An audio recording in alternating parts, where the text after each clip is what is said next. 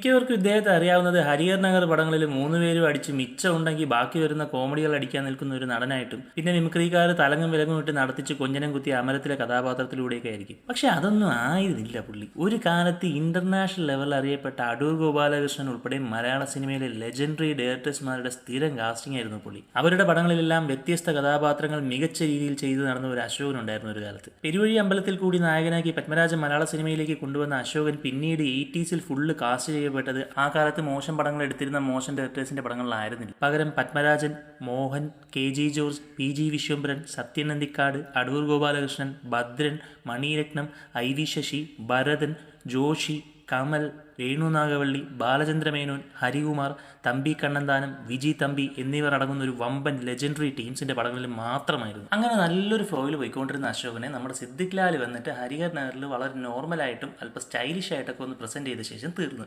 എല്ലാം അവിടെ തീർന്നു. പിന്നെ അതുവരെ ചെയ്തുകൊണ്ടിരുന്ന ടൈപ്പിൽ ഭരതന്റെ അമരത്തിലും കമലിന്റെ ഉള്ളടക്കത്തിലും കാസ്റ്റ് ചെയ്യപ്പെട്ടതല്ലാതെ പിന്നീട് കിട്ടിയതോ പുള്ളി സെലക്ട് ചെയ്തതോ അറിയില്ല. പിന്നീട് എല്ലാം വളരെ നോർമൽ ക്യാരക്ടേഴ്സ് ആയിരുന്നു. ചിലർക്ക് തോന്നും ഈ പറഞ്ഞ ലെജൻഡറി ഡയറക്ടേഴ്സിന്റെയൊക്കെ പടത്തിൽ മമ്മൂട്ടി, മോഹൻലാൽ, ജയറാം, മുകേഷ് എന്നിവരൊക്കെ ആക്ട് ചെയ്തിട്ടുണ്ടല്ലോ എന്ന്. അതും നായകന്മാരായിട്ട്. എന്നാൽ അതല്ല.